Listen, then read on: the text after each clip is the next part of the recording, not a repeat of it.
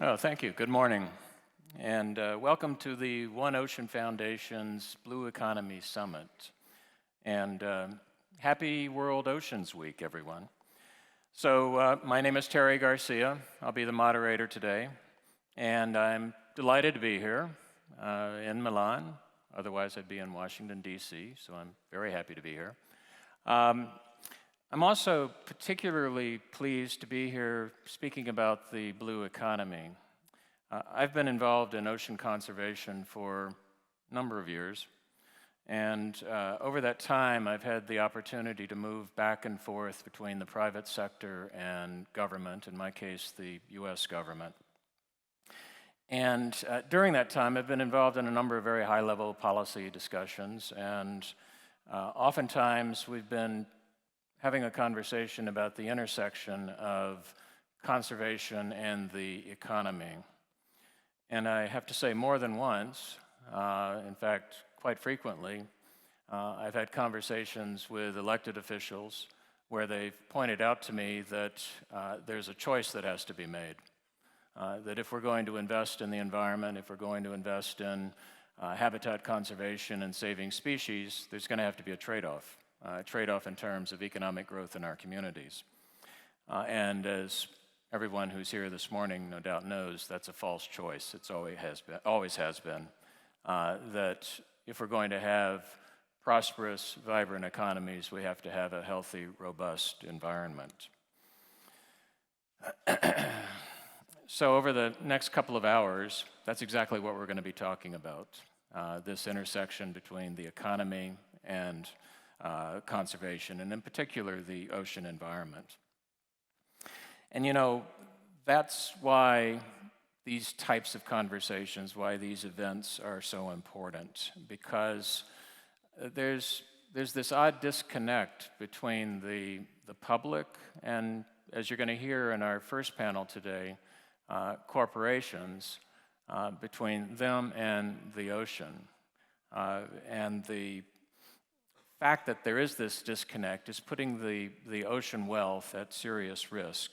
Because whether we live on the coast or whether we're 100 miles from the ocean or 1,000 miles, it's the key to our collective future.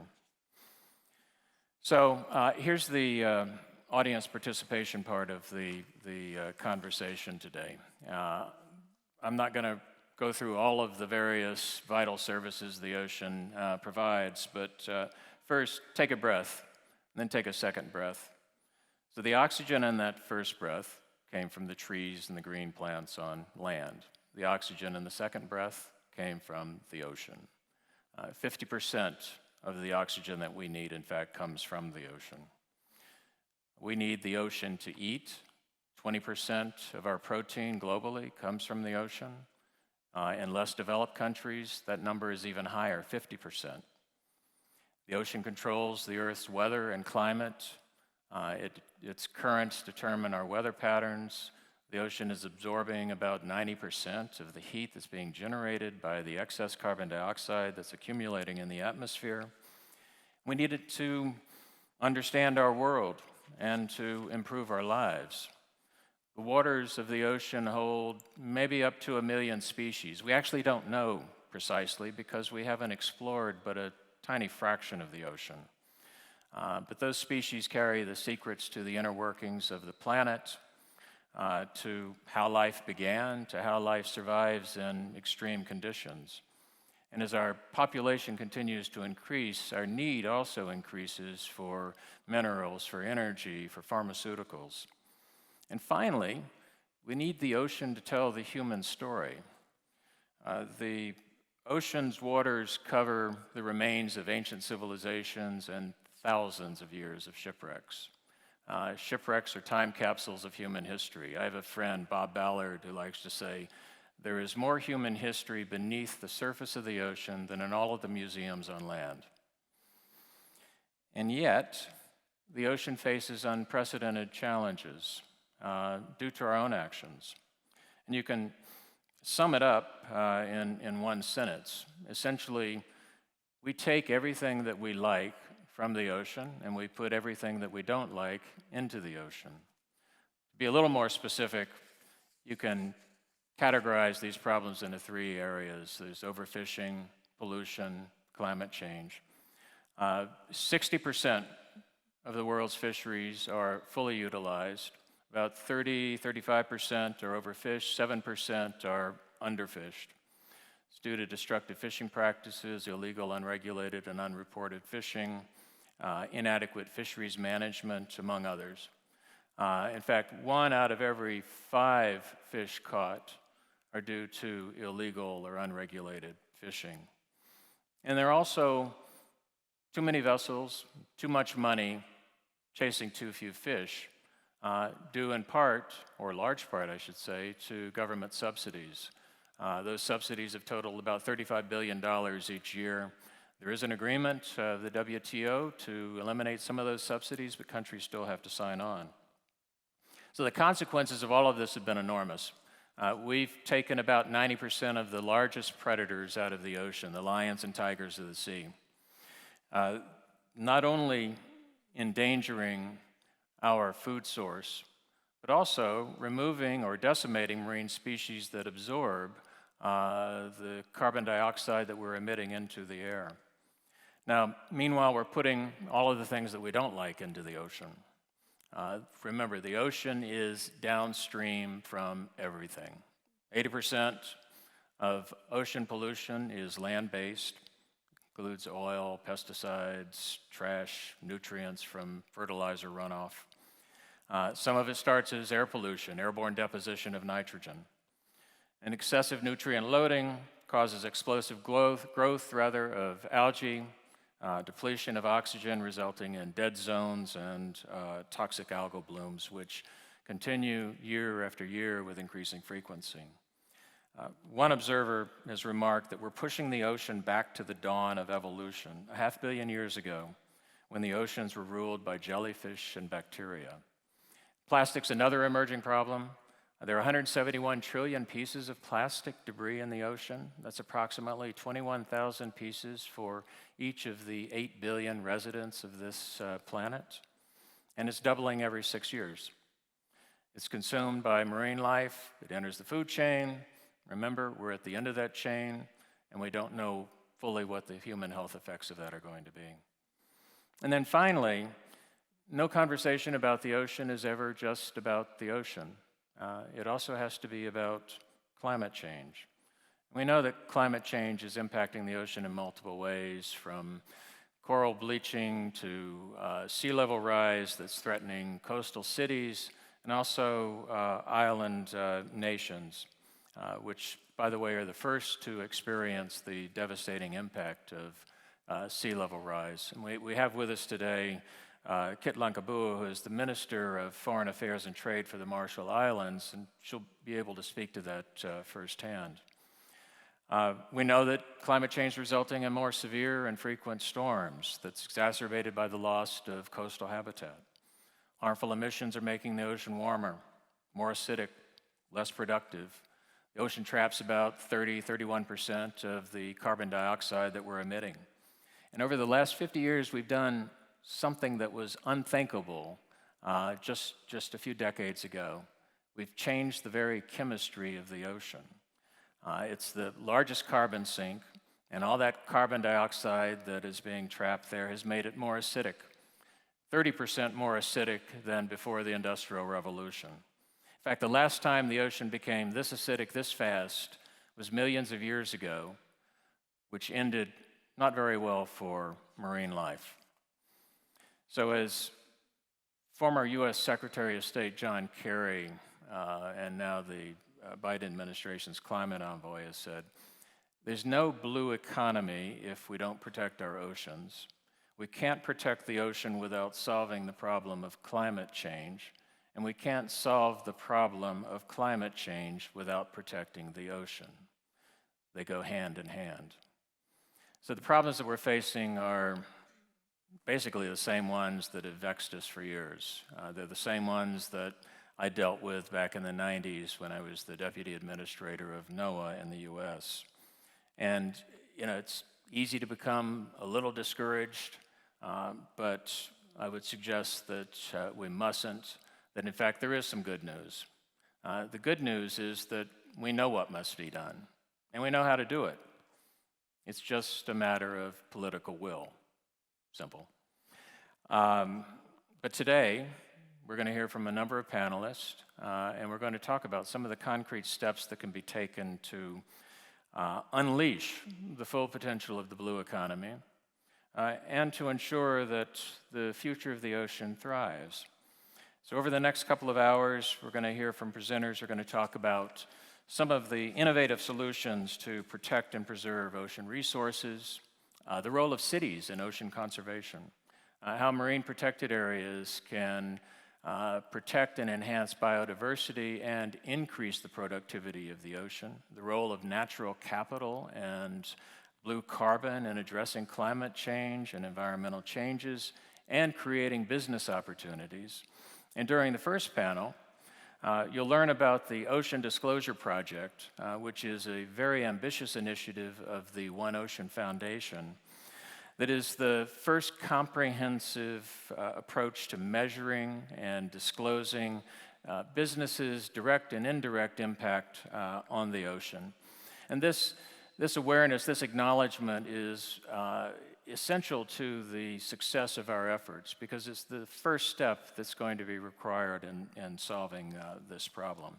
So we need to get started. We've got a lot to cover today. And I'm going to introduce the first of our speakers, Stefano Caselli, who is the Dean of the STA Bocconi. Turn the podium over to you.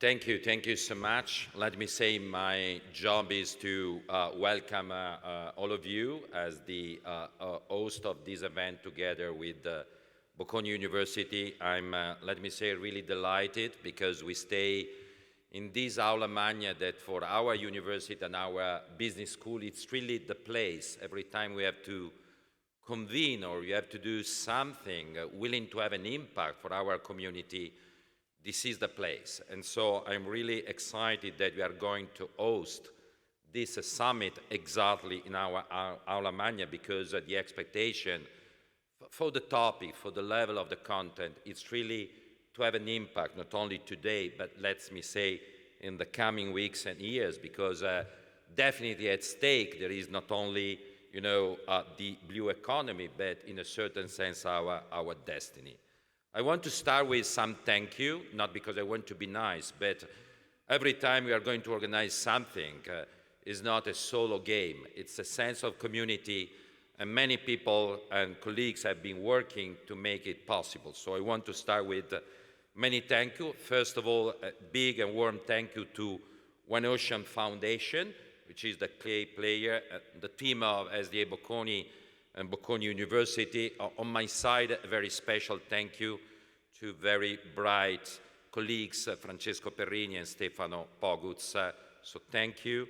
A big thank you to Business for Ocean Sustainability Research, which is really a wonderful team of people and colleagues working together. I want to mention Riccardo Bonadeo and the One Ocean Foundation team, Leonardo Totaro and McKinsey team, Rafael Sardà and CSI, and all the SDA Bocconi team. Moreover, I want also to thank you for the forward and the co-authorship, both Carlos Duarte and Rafael Chami. So thank you very much to all of them.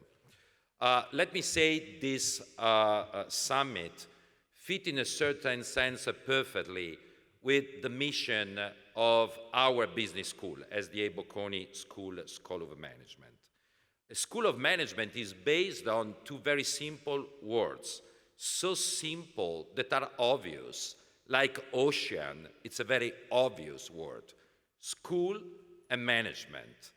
Management means to lead men, women, resources, and per se is a very deep sense of responsibility. Not because we have to be responsible, but management is per se responsible, because you have to lead organization, human beings, resources. And also the concept of school, that sometimes sounds a bit old style, it's really fundamental, because today we live in a world where the temptation is to have a consumption of everything. Education, research, you click, you download, and you do that. School is exactly the opposite. School is a community of very different stakeholders, is a bridge between the real world and research. We do believe, and today is a great example, we run an incredible research, where research needs to have an impact. But to have an impact, it's fundamental that the school act as a bridge between the corporates, the society, what is going to happen outside. We have to bring inside, and again, we have to showcase outside really to have an impact. And this fit perfectly with, and I'm going to read, let me say, the content of this summit, where the ambition is to connect international leaders from the worlds of science, institution, entrepreneurship and finance to discuss about the current status of the ocean and the urgent need to build a blue economy, exactly a sense of community. Everything can happen, but only if we play as a community. To conclude with some remarks, let me say I'm also a finance professor, so I want to give this kind of angle. Let me say ocean is probably, and it is, the largest asset we have today in the world. And for this reason, our responsibility is to act as a trustee, because somebody gave us the ocean, and we have to act as a trustee. To do what? To use in the right way, and let me say, to give a value to this asset where basically we don't have any accountability, we don't have any numbers, but it's exactly our responsibility to give a value, to leverage the value, and to create the right connection, because ocean is per se the largest platform we have, and for this reason, we have to use it to create a better society.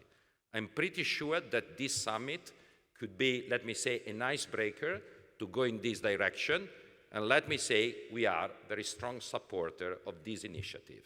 And I hope, let me say, we will succeed all together. Have a great day and enjoy this wonderful day all together in our university. And thank you very much to be here.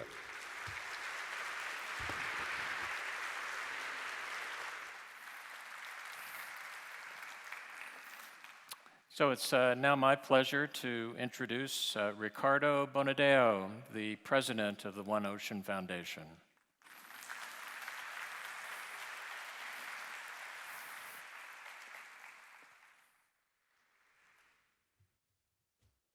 Buongiorno a tutti.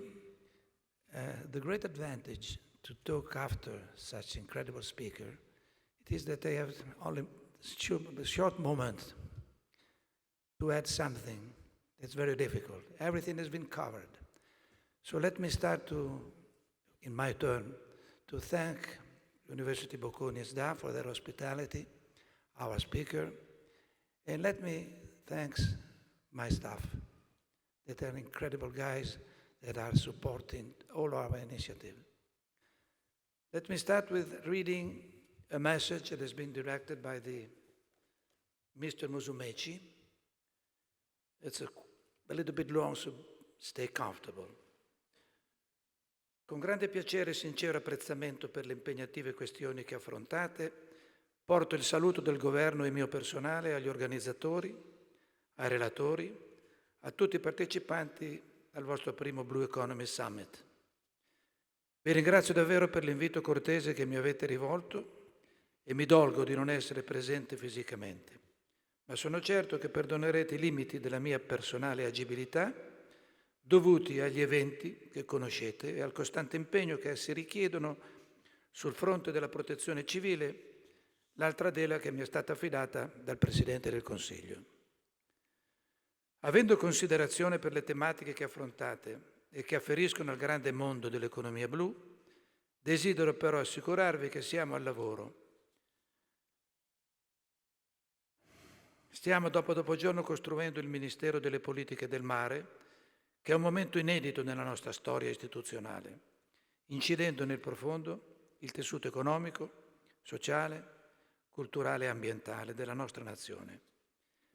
Esso può essere portatore di una visione che è attesa da molto tempo dai soggetti pubblici e privati legati all'economia del mare e ha alla base lo sforzo di una mediazione alta, se così posso dire, tra la necessità di mettere a reddito lo spazio marittimo con i valori sociali ed etici dell'ecosostenibilità.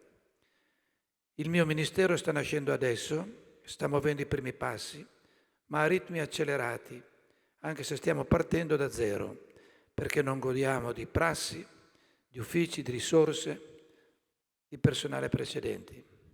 Sembra un po' la storia della nostra fondazione.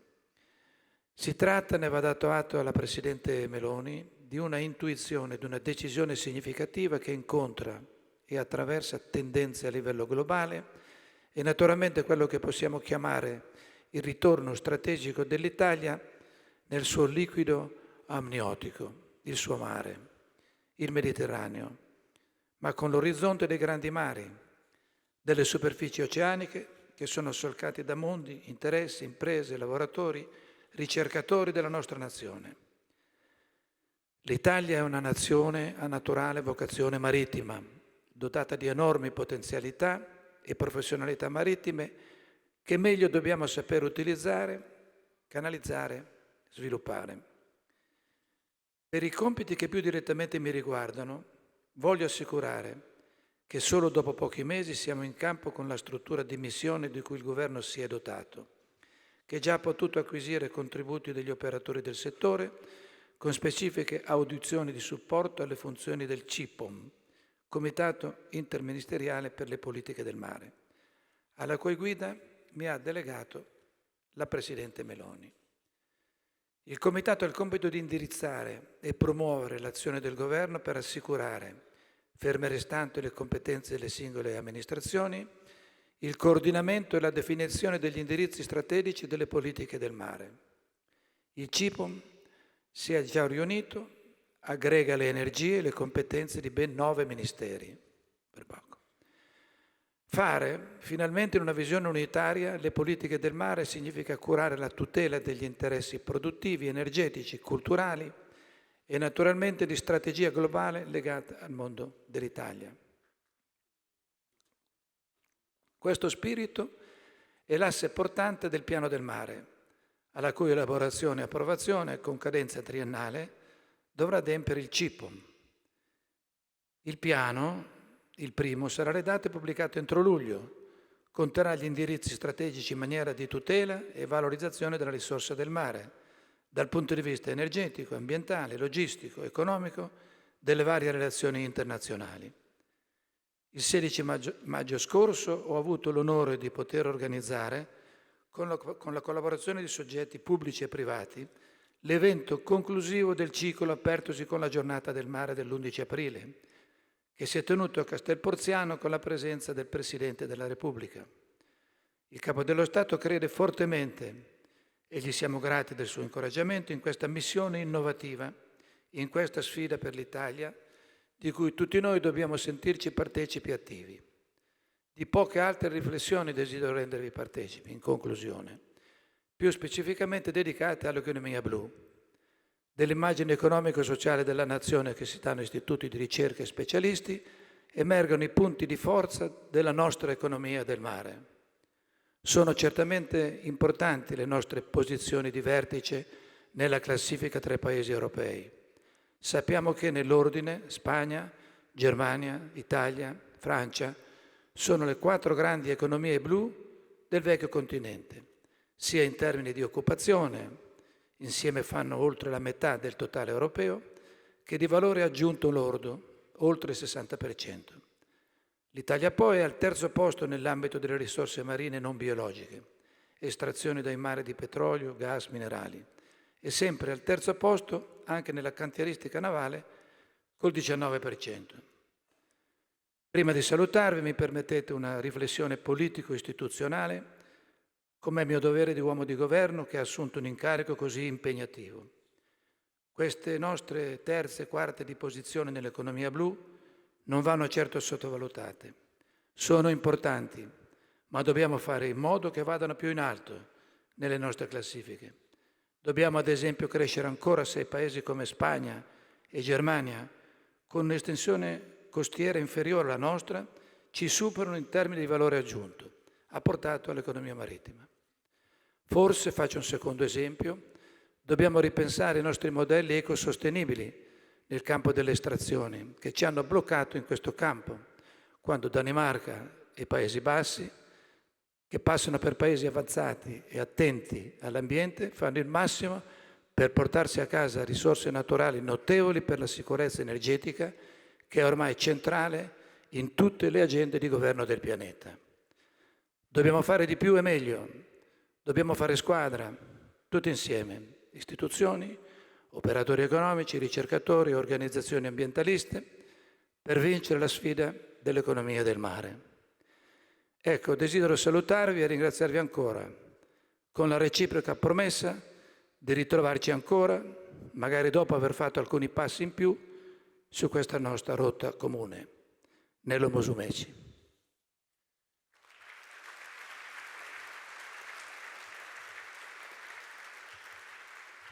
Ora è del tutto chiaro che qualsiasi cosa io aggiunga a questa lunga esposizione diventa pleonastica e forse non necessaria. Voglio solo di nuovo ringraziare chi ci ha consentito di arrivare fin qui, i relatori, gli organizzatori, ripeto ancora tutto il mio staff che ha lavorato molto duramente per arrivare in questa posizione. Quella di oggi è una delle 3 grandi macro eventi che caratterizzano la ripetizione della settimana dell'oceano, della settimana rivolta a sensibilizzare nella nostra città e anche altrove le problematiche connesse con l'oceano.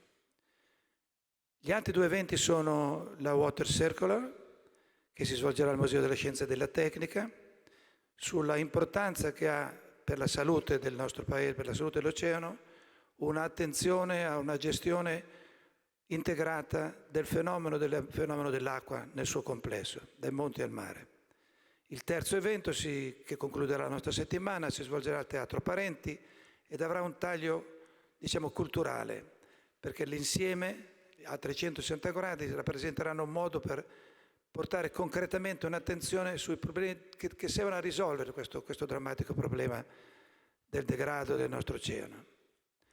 Concludo ricordando una cosa che mi viene sovente nella testa, ed è che qualche settimana fa un grande fotografo, Sebastiano Salgado, forse il fotografo vivente più importante che abbiamo nel pianeta, dopo aver girato il pianeta in lungo e in largo, rappresentandolo in tutte le sue versioni, acqua, terra, cielo, è arrivato a una conclusione drammatica. Lui alla fine sostiene, convinto, che la razza umana sta andando verso l'estinzione, senza alcun dubbio, perché il pianeta sta respingendoci.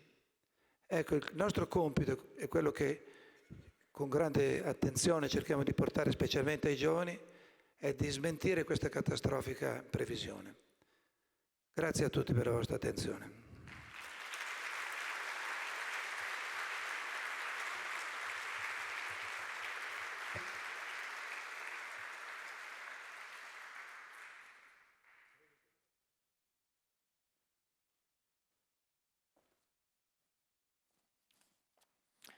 So I'd now like to welcome Elena Grandi, who is the Counselor for the Environment for the City of Milan, speaking on behalf of the city's mayor.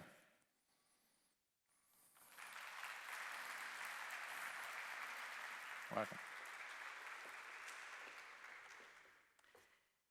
Grazie, buongiorno, good morning everyone, buongiorno a tutte e a tutti. Sono felice di parlare a nome del sindaco in questo importantissimo convegno e soprattutto dopo il presidente di One Ocean Foundation, che veramente ha espresso con le sue parole, oltre ad aver letto il messaggio del nostro ministro alle politiche del mare, la sostanza di quello che forse sarà lo scopo di questi 3 giorni che ci metteranno in gioco, che ci faranno parlare di acqua, di oceani, dell'importanza. Il 70% del nostro pianeta è fatto di acqua E parlandone da Milano, e quindi da una città che non è sull'acqua, che è sull'acqua anche se non è sul mare, viene spontaneo dire quanto è importante, forse saranno i temi trattati in questa seconda giornata che si svolgerà al Museo della Scienza e della Tecnica, quanto sia imprescindibile parlare di acqua, di oceani, di loro salute,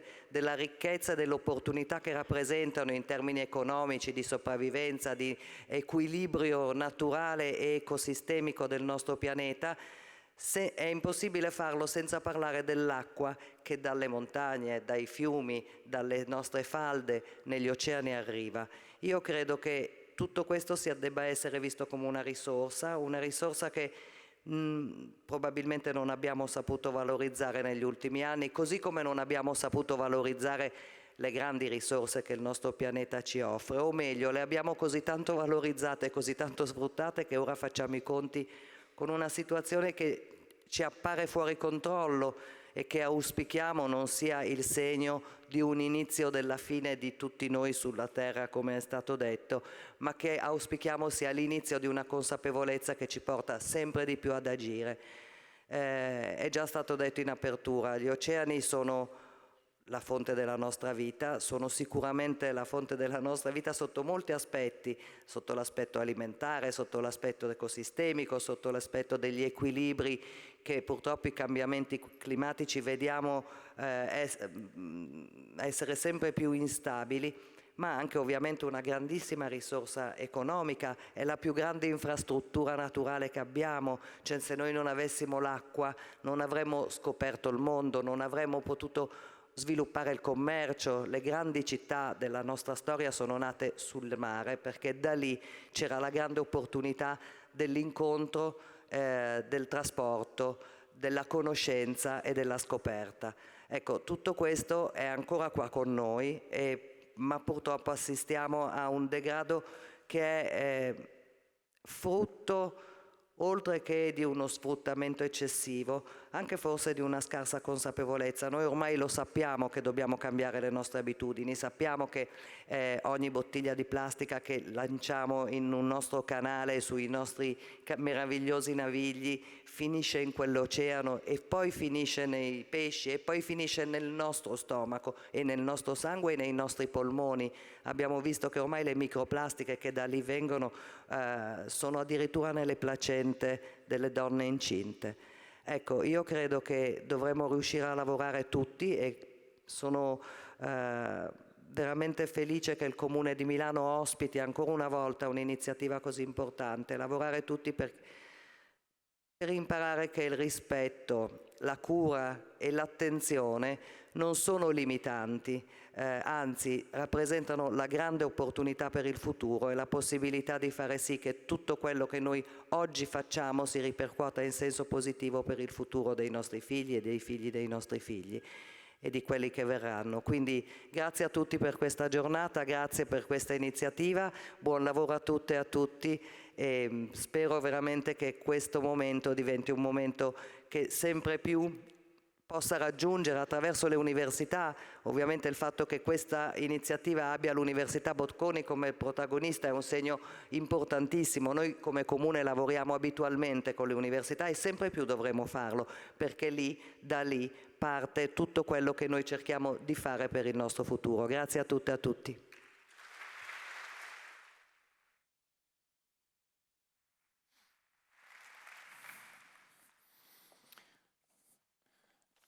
He couldn't be here with us today, but the Chief of Staff of the Italian Navy, Enrico Credendino, has sent a video message for us.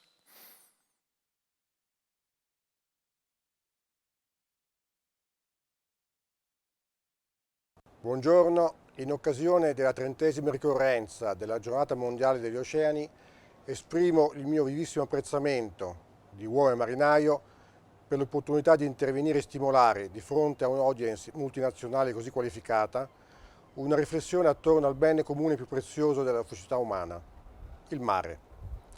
È sempre più avvertita l'esigenza di garantire la sostenibilità dell'ecosistema marino, per sua natura molto sensibile e delicato.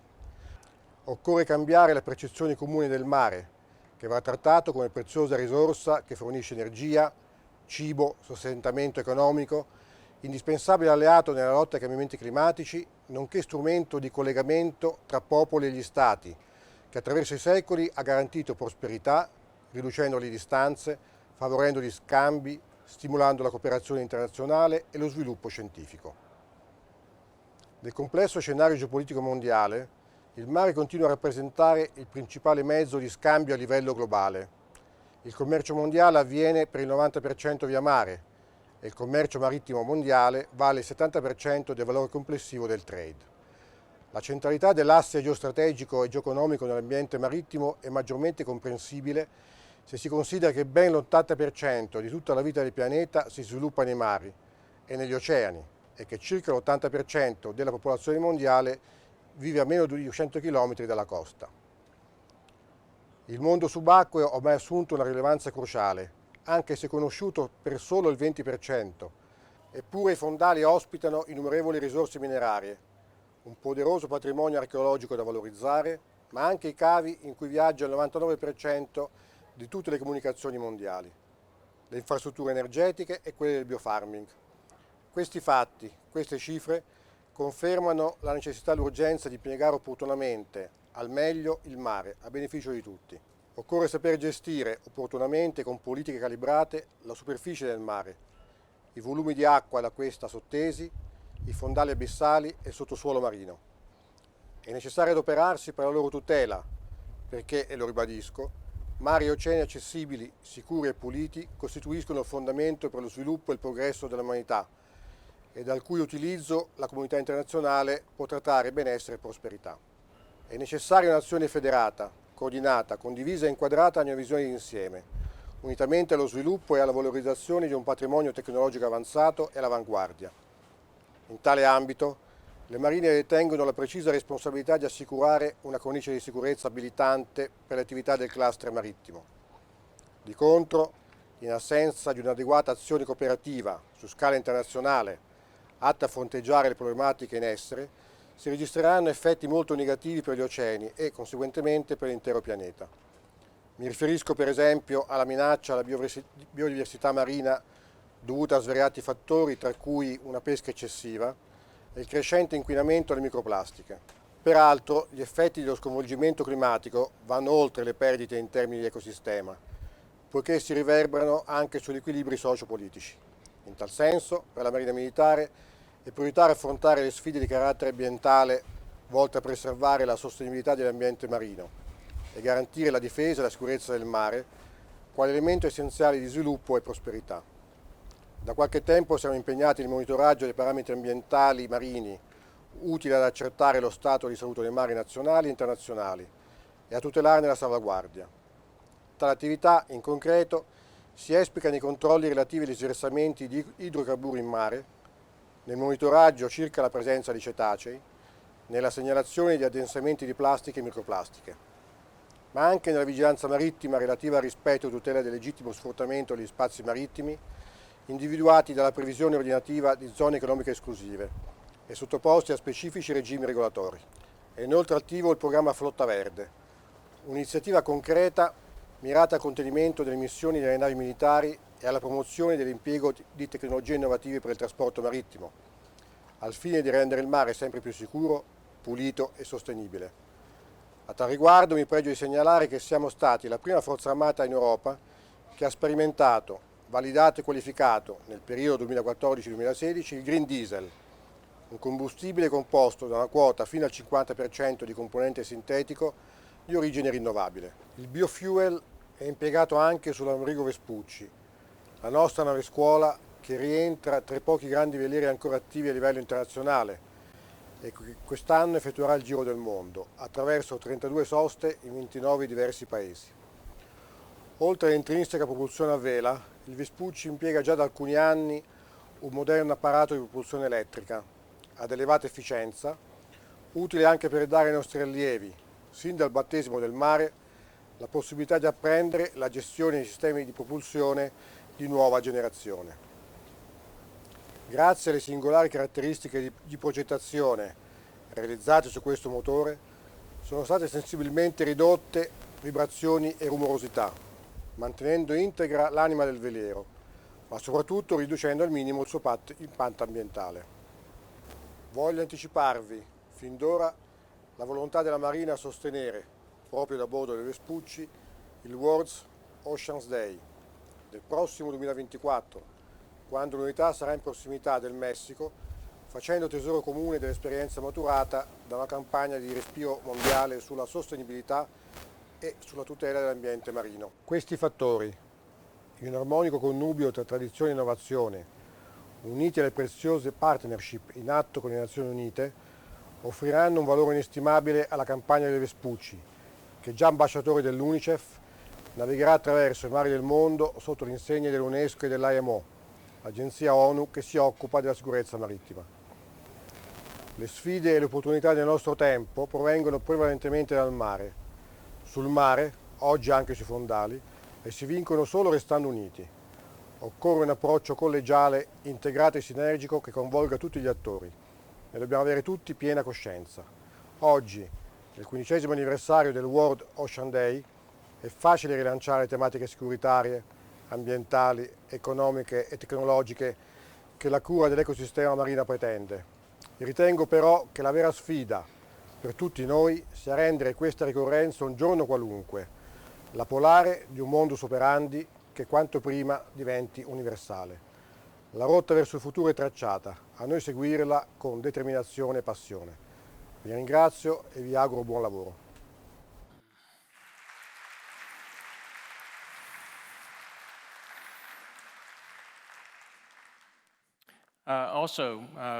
We were going to have here today Vladimir Ryabinin, who is the Executive Secretary of the IOC at UNESCO. His bosses at UNESCO had other plans for him today, so he too has a video message for us.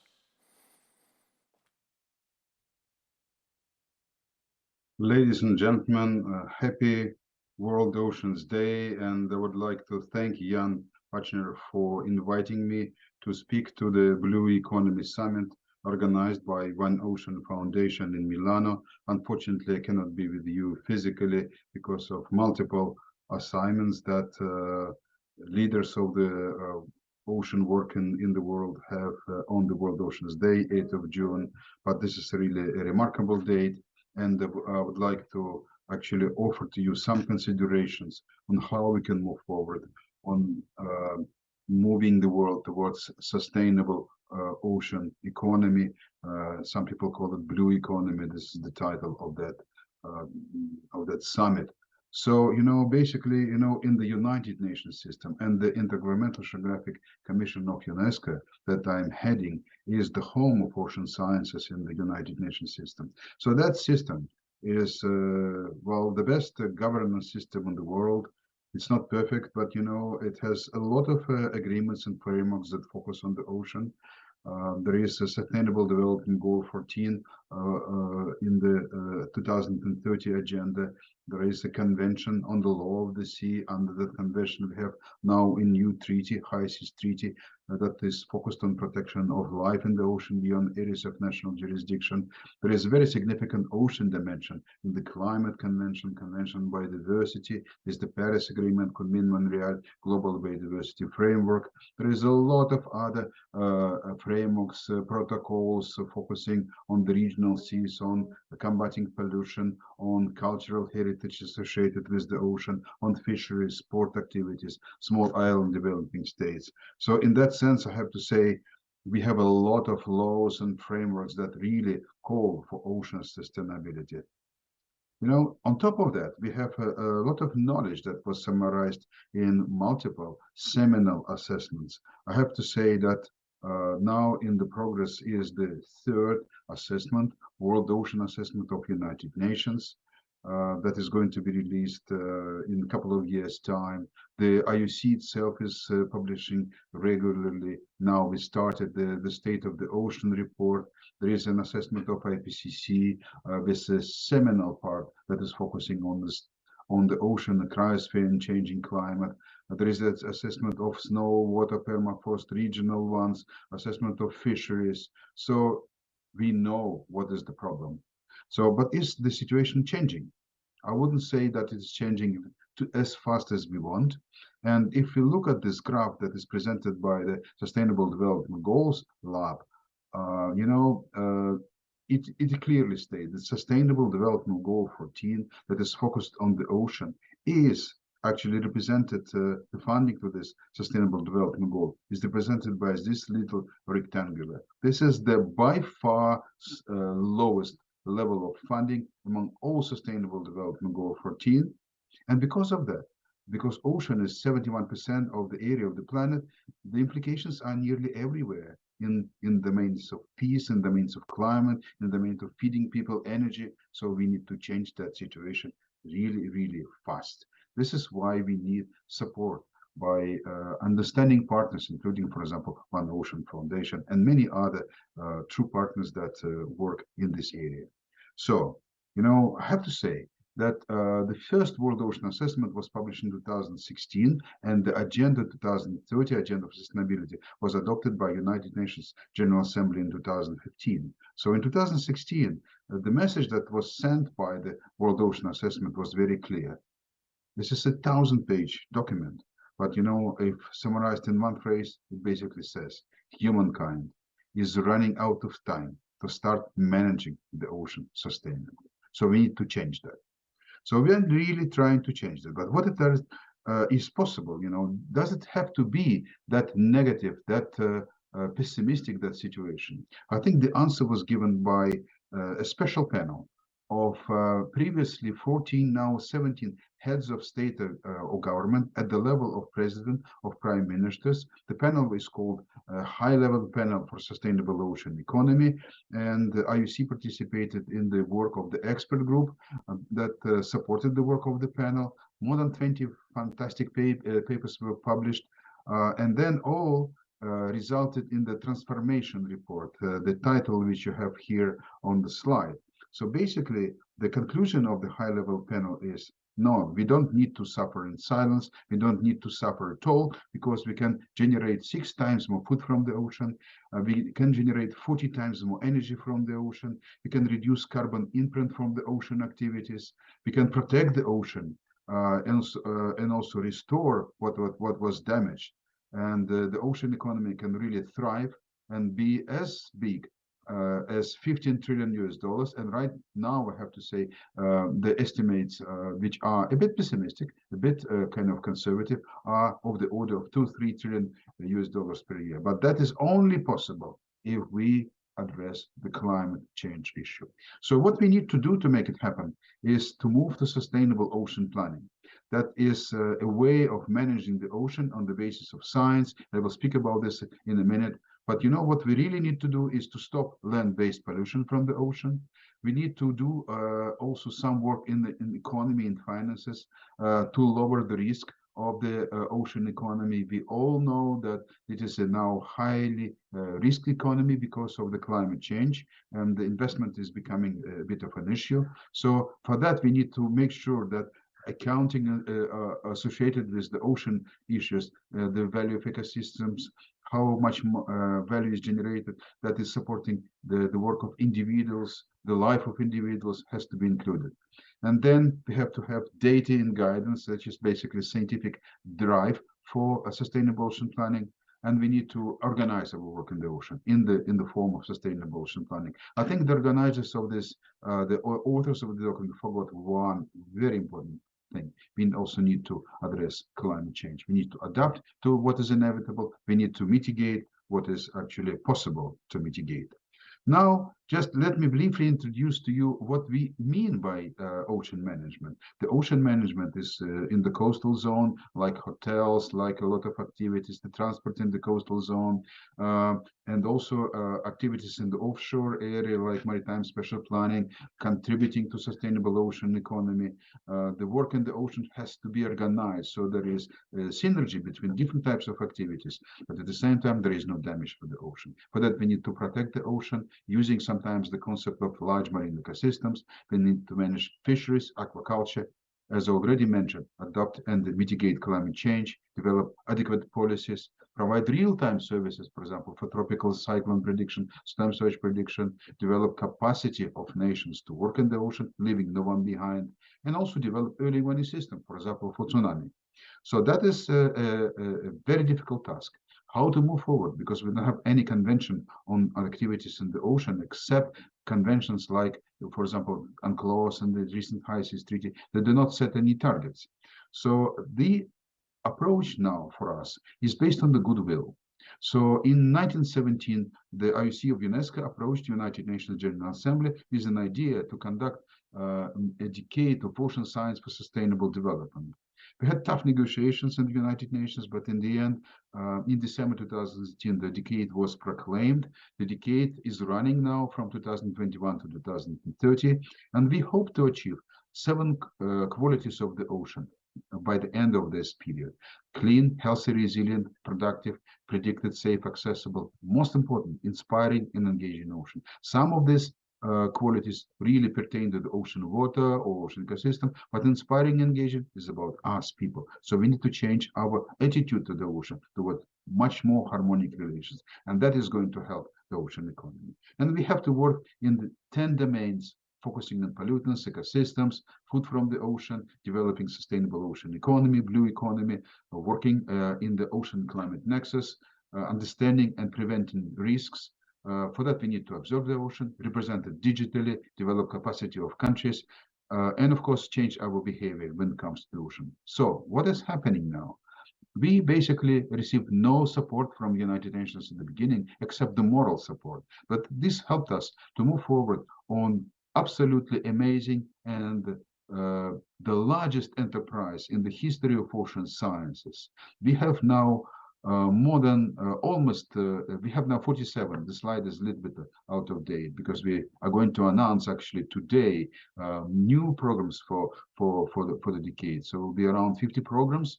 There will be more than 200 projects, more than $1 billion raised, 34 national committees. So the situation in the ocean is changing in the result of the well-designed, co-designed activities. And if at the beginning in 2016, the first idea came in a meeting in which we had only 10 people, now around 30,000 people are actively participating in the decade.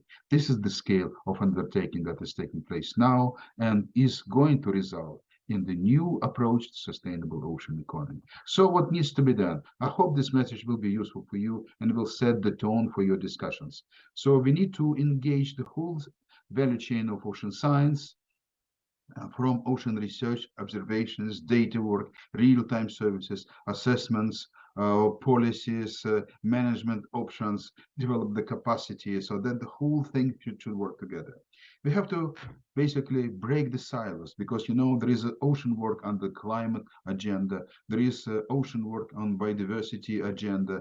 There is a new High Seas Treaty focusing on how to assess environmental impact of different activities on the ocean and also undertake some capacity development. There is some work on the SDG. But, you know, I would like to say the situation is very much can be described as, you know, as there is a patient. Ocean is sick. Ocean has many diseases. And, you know, there are many doctors that treat the diseases without speaking to each other. We need to cure the patients, not only treat the multiple diseases. And for me, for the first time in history, I think we achieved the understanding what needs to be done. And this understanding can be formulated as follows. So we need to move forward towards climate smart, ecosystem focused, ethical and equitable ocean management on the basis of science supported ocean planning for sustainable ocean economy, consolidating activities, curing the patient. And we hope to do it with the help of everyone, including those people who participate in the Blue Economy Summit in Milano on the World Oceans Day. Many thanks for your attention, and I really wish you a very good meeting. All the best, ladies and gentlemen.